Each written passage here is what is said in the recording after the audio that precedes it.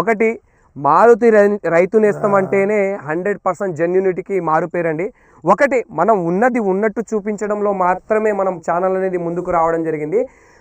Present ఉన్నటువంటి సిచ్యువేషన్లో 100 ఛానళ్ళు పుట్టుకొస్తున్నాయి. సో 100 ఛానళ్ళు పుట్టుకు రావడం తప్పని చెప్తలేను, కానీ ఏదైనా కానీ జెన్యూనిటీ అందించండి. రైతు మహాసోదరులకు ఏది అందించినా వాస్తవాన్ని అందించండి.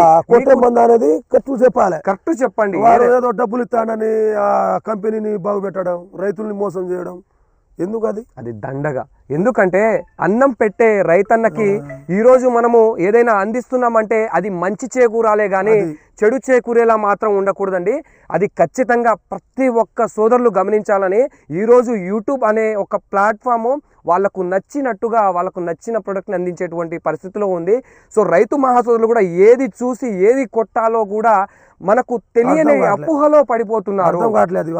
కాబట్టి ఈ సంవత్సరం నూతన సంవత్సరంగా నేను చెప్పొచ్చేది ఏంటంటే, కొత్తగా ఎవరైనా కానీ ఛానల్లోకి వచ్చినప్పటికి కూడాను మీరు చేసేటువంటి ప్రతి ప్రోడక్ట్ కూడా జెన్యూనిటీగా రైతు మహాసోదరులకు ఉపయోగపడేలా చేయండి. కానీ ఇష్టం వచ్చినట్టుగా ఎవరో ఏదో ఇస్తున్నారన్న ఉద్దేశంతో మీకు ఇష్టం వచ్చిన ప్రొడక్ట్స్ని రైతు మహాసోదరులకు చూపించి వాళ్ళని అపోహలలో పెట్టి కన్ఫ్యూజన్ చేయకండి. వాళ్ళు పండించే పంట దిగుబడిని తగ్గించకండి అని ప్రతి ఒక్క సోదరులకు నేను తెలుపుతున్నానండి.